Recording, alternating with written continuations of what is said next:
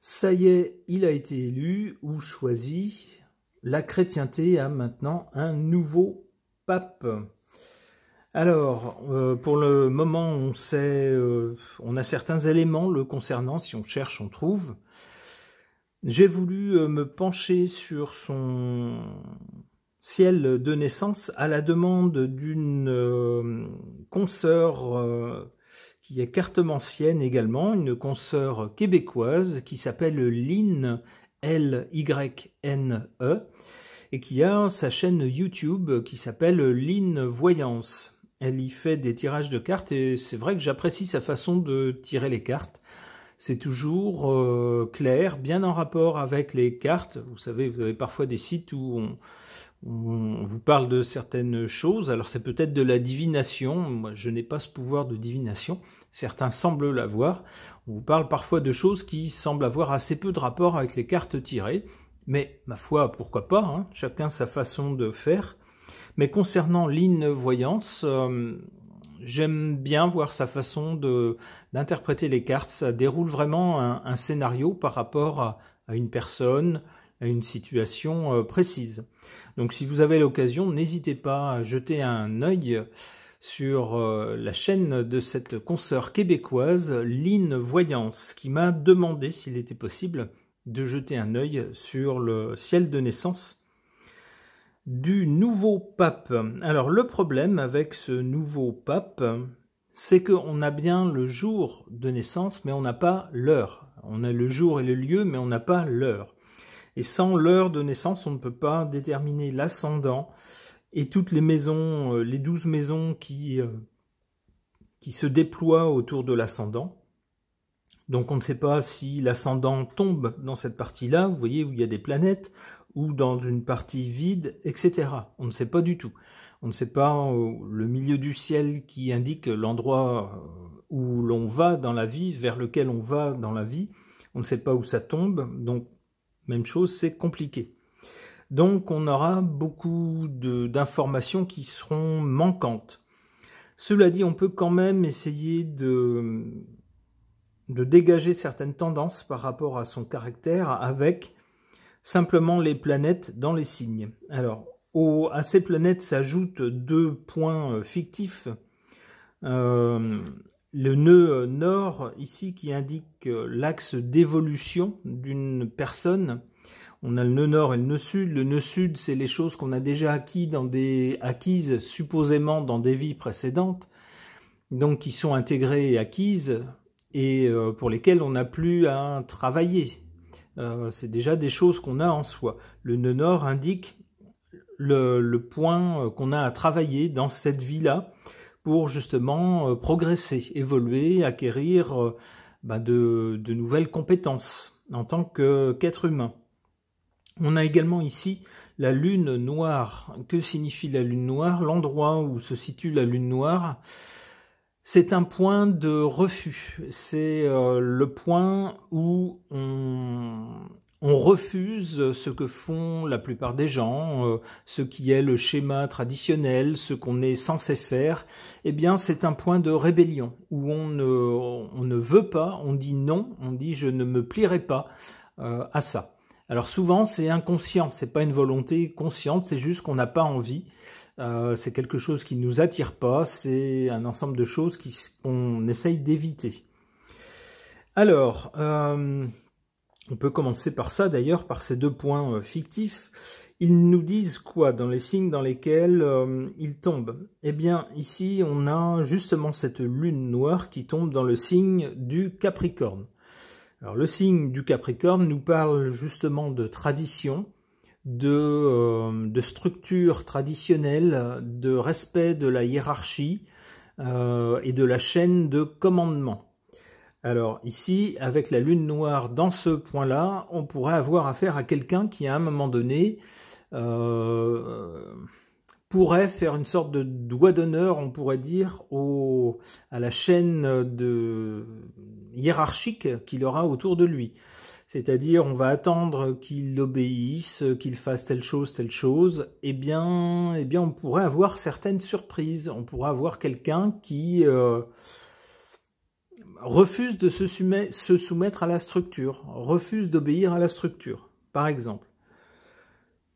Son axe d'évolution, il est en fait sur l'axe Gémeaux-Sagittaire, les Gémeaux étant représentant ce qu'il a acquis précédemment, c'est-à-dire une attitude jeune, toujours curieuse de tout face à la vie, n'hésitant pas à polémiquer, même n'hésitant pas à interpeller les uns les autres, ayant toujours quelque chose à dire, à commenter, quelqu'un ayant le contact facile, les relations faciles, des échanges faciles, quelqu'un sachant manier les mots, n'hésitant pas à prendre la parole.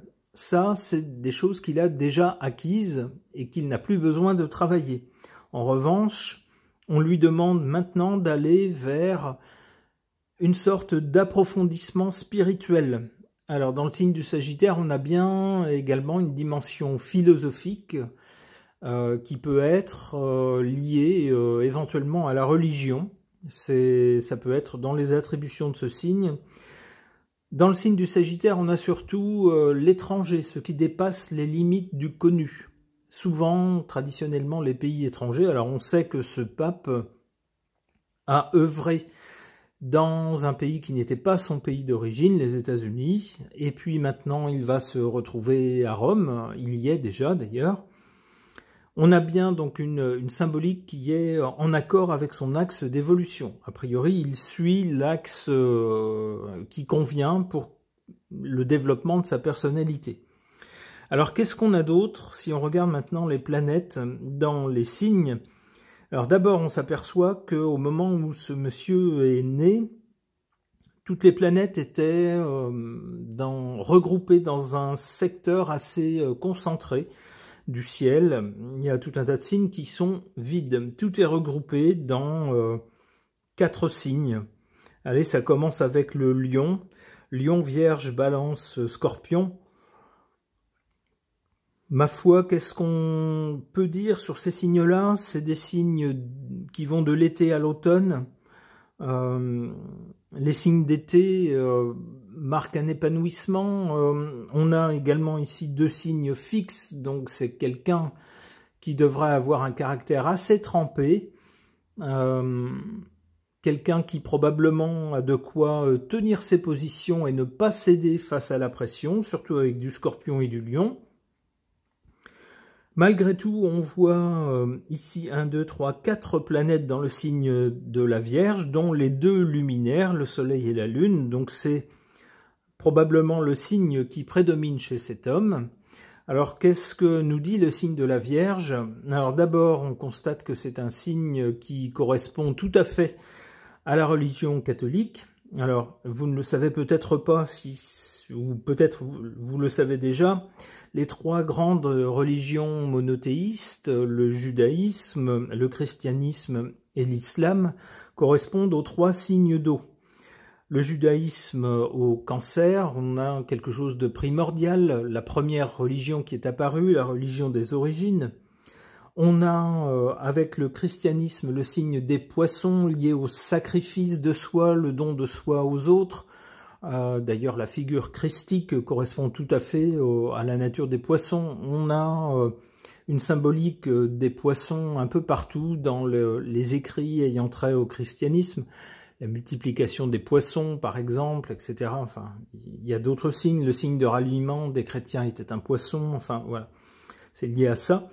Et puis, la dernière grande religion monothéisme, c'est l'islam, avec le Scorpion, qui en fait une religion assez déterminée à répandre la foi. Alors, avec ces 3 religions monothéistes, si on prend la chrétienté sous l'égide des Poissons, la chrétienté a plusieurs variantes. Vous avez la religion orthodoxe, qui est une première branche, puis vous avez eu le protestantisme, alors sous différentes formes. Vous avez eu, par exemple, les réformistes de style Calvin, Luther, etc., qui ont donné lieu à des religions qui ont inspiré des, comment on pourrait dire, des sortes de chrétienté alternative, beaucoup plus austère que la chrétienté de départ, qui était critiquée pour son goût de la richesse et du faste. Et on a eu un développement de la religion, on pourrait dire catholique romaine, qui correspond au signe de la Vierge. Alors c'est pas pour rien que justement la figure de la Vierge Marie est valorisée dans la religion catholique romaine, ça correspond bien justement à la figure de la Vierge, qui a un idéal de pureté.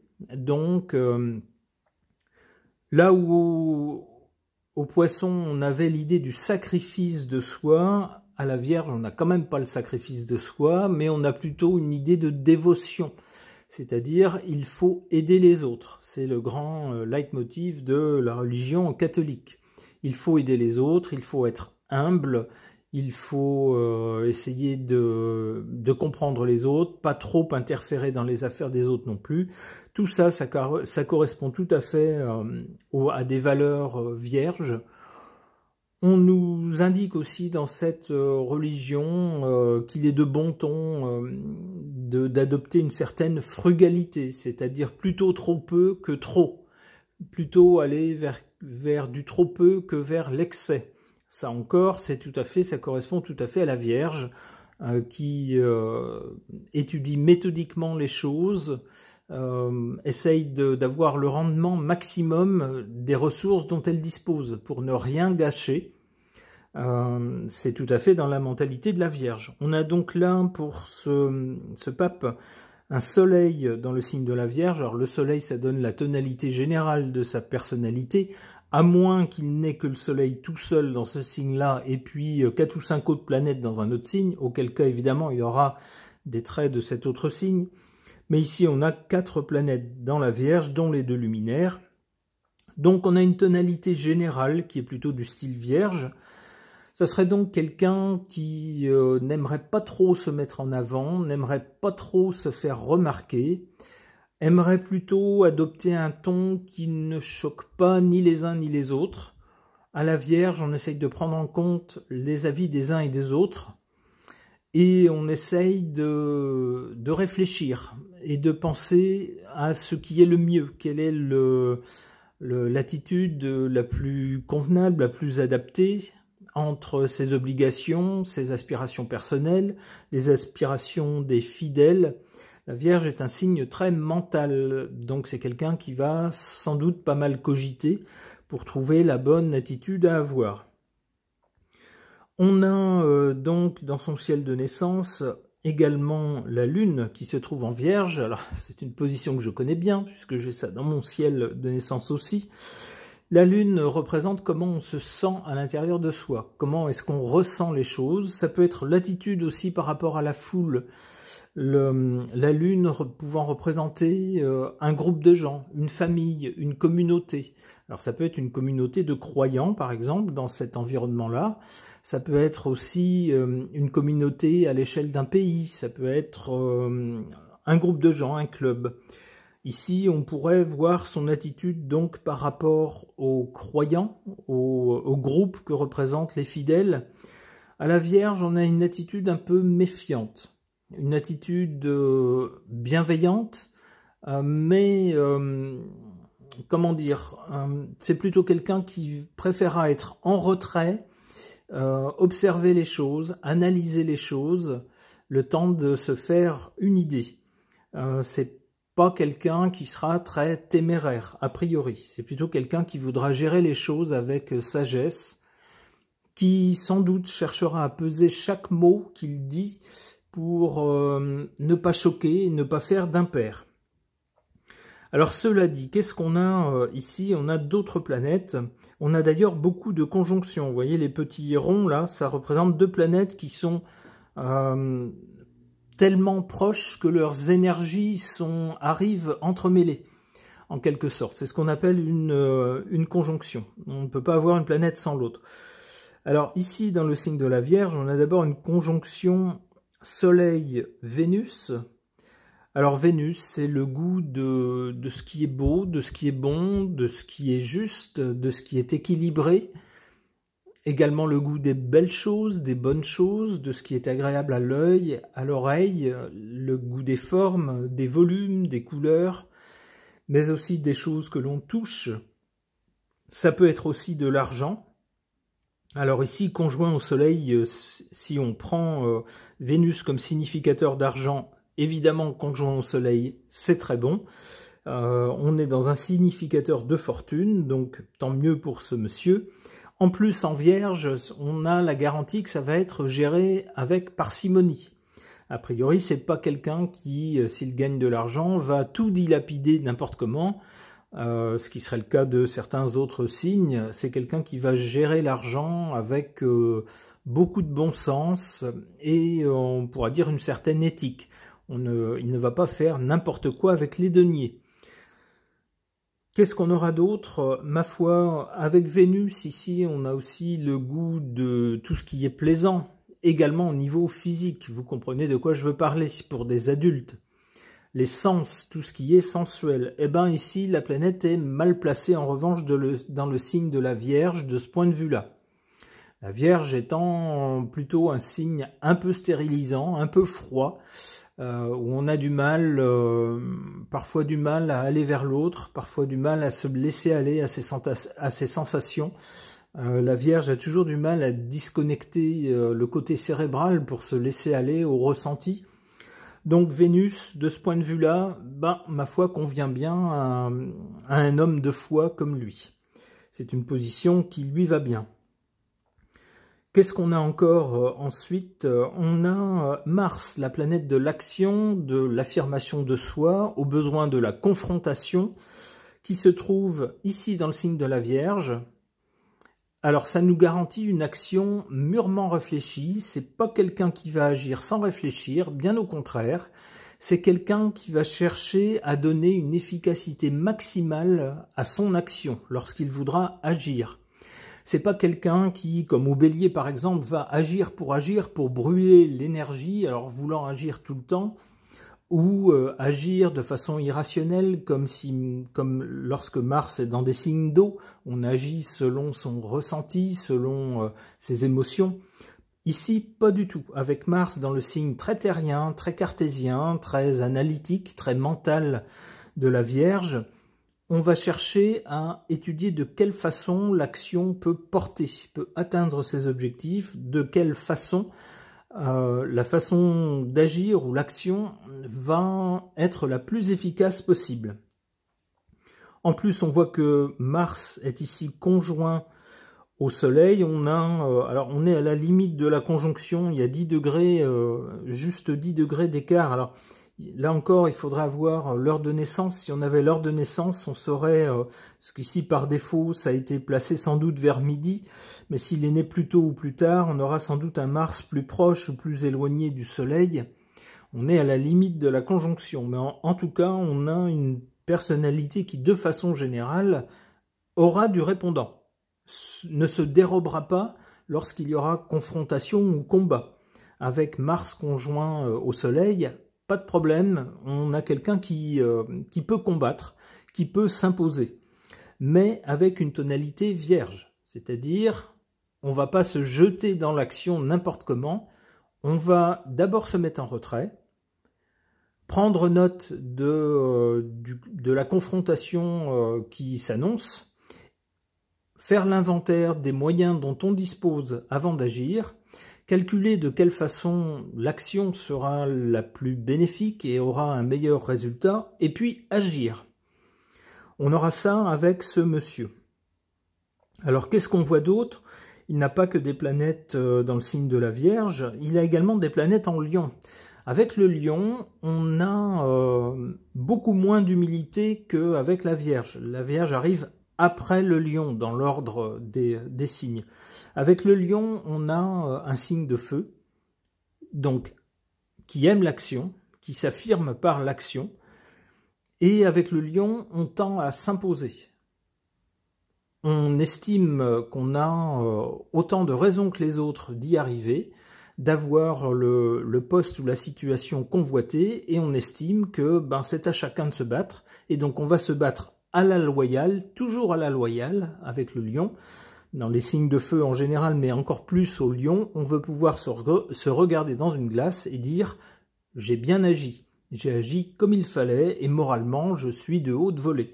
Donc on agira toujours loyalement, mais on ne fera pas de cadeau. Alors quelles sont les planètes qui sont dans le lion? Eh bien justement, on a des planètes qui sont très fortes, des planètes assez lourdes de sens. D'abord, on a Pluton.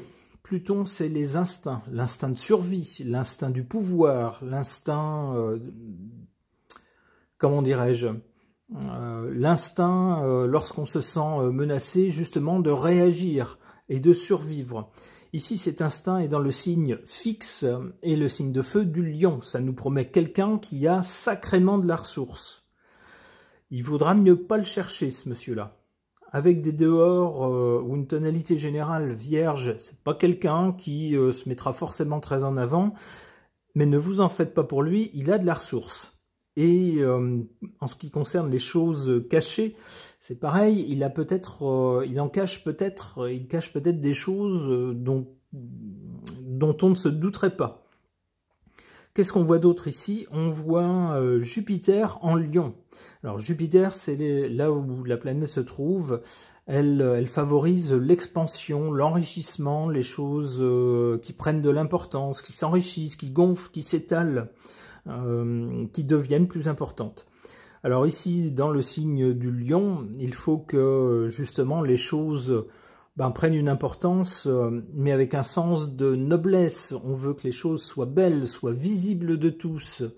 Il faut que la réussite se voie. Il faut qu'on ait un poste important. Il faut qu'on soit au premier plan. Il faut qu'on en impose. Alors, on notera malgré tout que Jupiter, ici, est en carré avec Saturne. Saturne représente tout ce qui pose des limites et tout ce qui force à, prendre ses responsabilités. Là où se trouve Saturne, on est seul avec soi-même. On ne peut pas compter sur l'aide des autres pour prendre en main les choses. On est confronté à la réalité. On doit se débrouiller seul. On doit se prendre en main. Souvent, là où il se trouve, Saturne impose des responsabilités qui ne sont pas toujours enthousiasmantes ou des limites. Ça peut être un coup d'arrêt à quelque chose, ça peut être des difficultés qui sont mises. Alors ici, par rapport à quoi? Eh bien, Jupiter en Lion fait penser à de la richesse qui grossit, qui grossit, qui grossit. Et on voit cette planète qui est en carré ici avec Saturne. Saturne qui est le père qui fronce des sourcils et qui dit « stop, non, tu ne peux pas aller au-delà d'une certaine limite ». Alors avec Saturne, ici ce carré Saturne-Jupiter, il peut y avoir aussi un problème par rapport à la loi incarnée par Jupiter. Et avec Saturne, on a l'idée soit de vieillesse ou soit de durée, mais il y a un rapport au temps. Alors il se pourrait que ce monsieur soit en délicatesse à un moment donné avec la loi, ou que des gens lui cherchent des noises de façon via la loi, via des procès ou des accusations, soit dans sa vieillesse, soit par rapport à des choses qui remontent à plus loin dans le temps, c'est possible aussi. Alors que voit-on d'autre concernant ce monsieur? Toujours dans le signe du Lion, on a la planète Uranus. Uranus nous parle à un moment donné de rompre avec le consensus commun, de rompre avec le modèle commun, de rompre avec la tradition et puis d'inventer soi-même sa personnalité, de s'exprimer soi-même, de faire les choses par soi-même, pour soi-même, de ne pas obéir et de ne pas dépendre d'autres personnes et de tracer son chemin seul. Ici, cette planète Uranus est en Lion. Alors là encore, la planète est dite en exil dans ce signe puisqu'elle appartient au signe inverse. C'est la planète associée au Verseau qui est complètement en face. Dans les signes du Lion, c'est un monsieur qui sans doute a à cœur d'affirmer sa personnalité, de dire moi je suis pas comme les autres et je veux que ça se voit. Au Lion, on aime les choses qui se voient. Souvent le lion pense que les choses ont beaucoup moins de valeur si elles ne se voient pas, si elles ne sont pas connues de tout le monde. Eh bien, on peut penser qu'avec cette position planétaire, ce monsieur, sans doute assez discrètement, puisqu'il a une dominante en Vierge, mais solidement quand même, tiendra à marquer sa personnalité, tiendra à marquer qu'il n'est pas son prédécesseur, qu'il ne fera pas les mêmes choses que son prédécesseur.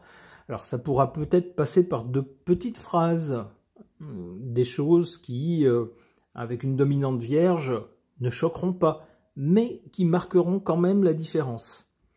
Alors attention, parce qu'on a ici, encore une fois, un carré, vous voyez avec ce trait rouge, un carré entre cette planète Uranus en Lion et Neptune. Neptune peut nous représenter la foi, mais peut représenter également l'idéal, les idéaux qu'on a, les aspirations qu'on a, les rêves qu'on a.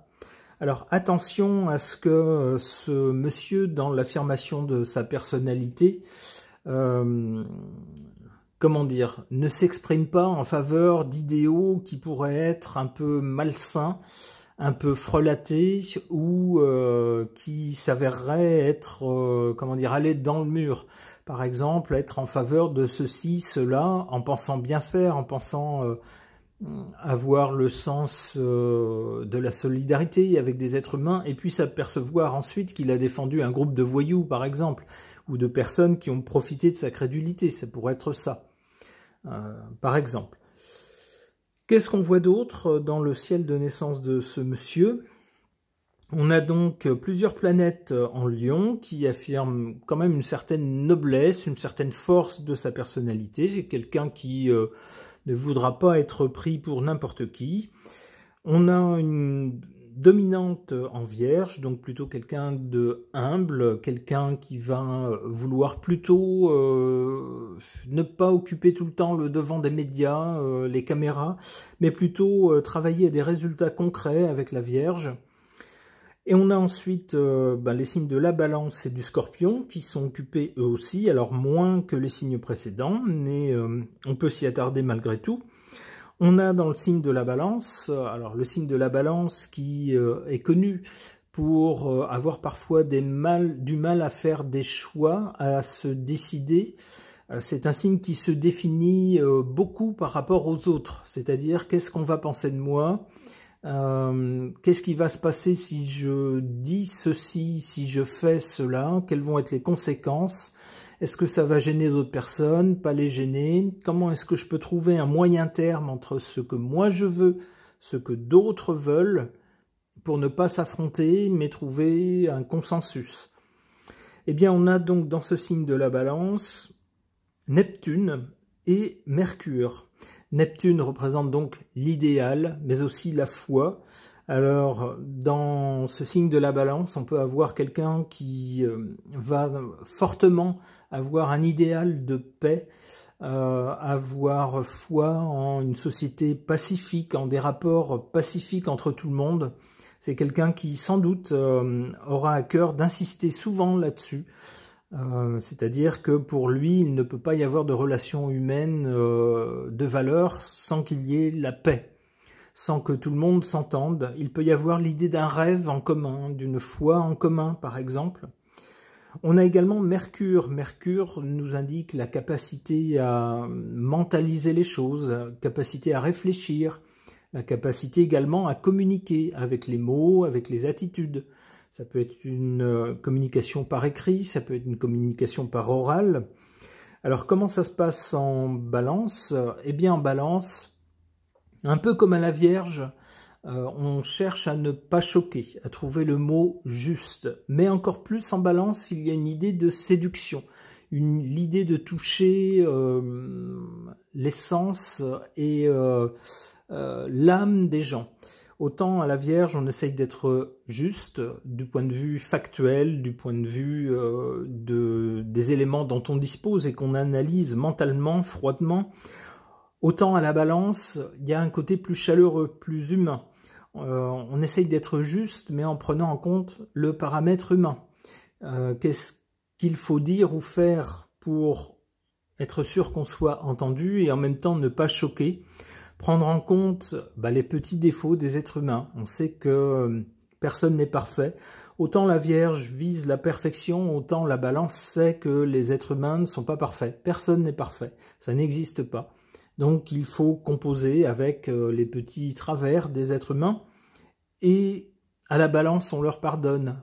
C'est l'idée de je vous passe tel défaut mineur et puis j'attends de votre part en retour une certaine bienveillance pour que vous passiez sur mes petits défauts. Alors évidemment, à la Balance, on cherche à être juste aussi. On cherche à trouver un équilibre. Donc il faut être juste entre ce qui est acceptable et ce qui est inacceptable.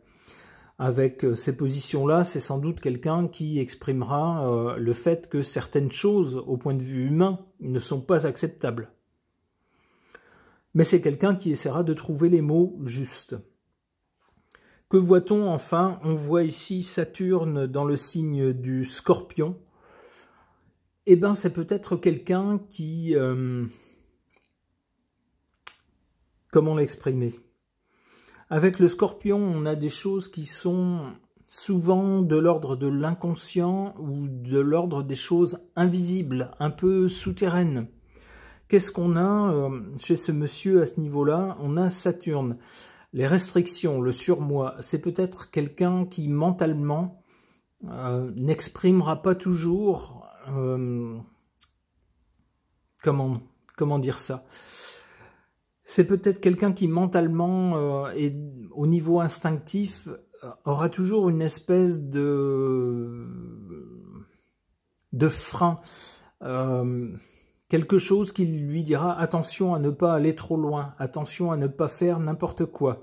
Alors ça ne se verra peut-être pas dans son attitude, ça ne sera peut-être pas clairement exprimé, mais c'est quelqu'un qui aura toujours peut-être un surmoi. En psychologie, on parle du surmoi, c'est-à-dire ce qui, dans notre tête, nous fait dire non, tu peux pas faire ça, non, tu peux pas dire ça, etc. C'est-à-dire celui qui pose les limites. Chez ce monsieur, j'ai l'impression que ça va être très fort et du point de vue instinctif. C'est quelqu'un qui hésitera peut-être avant d'aller trop loin, pour ne pas aller trop loin, pour ne pas dire n'importe quoi, qui fera attention à ça.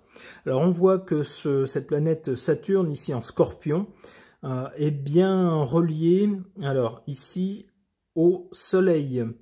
Alors le Soleil, c'est la vitalité en général. Ici, elle est en bon aspect avec Saturne. Une planète pas facile, mais qui, si on suit ses restrictions, si on suit son sens de la méthode, peut nous emmener très loin. C'est aussi une planète d'ambition, et c'est aussi une planète de durée. C'est quelqu'un, donc ce monsieur, qui peut aller loin. J'ai pas l'impression avec cette configuration-là, j'ai pas l'impression que c'est quelqu'un qui va nous quitter dans les 15 jours. Alors, je m'engage un peu peut-être en disant ça, on verra. Si ça se trouve, les faits me démentiront, mais cet aspect-là donne une idée de longévité. Alors, qu'est-ce qu'on voit d'autre? On voit ici une série de sextiles. Les sextiles, ce sont des aspects bénéfiques entre deux planètes. Les planètes allient leurs énergies de façon harmonieuse et s'entraident. Alors, qu'est-ce qu'on peut voir ici? C'est assez compact. Alors, c'est pas évident de voir comment toutes ces planètes se relient. On verrait ici, par exemple, un bon aspect entre Pluton et Neptune. Alors Pluton, l'invisible, l'inconscient, et puis Neptune, la foi, l'idéal. C'est sans doute quelqu'un qui saura toucher le public en étant en connexion, en quelque sorte, avec l'air du temps, avec l'inconscient collectif. C'est probablement ce qu'on peut déduire de cet aspect. Quelqu'un qui sera bien en prise avec l'air du temps, avec la façon de penser d'une majorité de gens, et en particulier de fidèles. Eh bien, je pense qu'on a fait un petit peu le tour du ciel de naissance de ce monsieur. Alors, c'est dommage, parce que sans l'heure de naissance, encore une fois, On voit pas trop à quoi tout ça correspond, dans quelle maison ça tombe, on voit pas son ascendant, on voit pas face à quelle personne il va se trouver, on voit pas... bon. Mais tant pis, on peut quand même dégager quelques traits généraux. Alors j'espère que ça vous aura intéressé, et je vous remercie en tout cas d'avoir suivi cette présentation.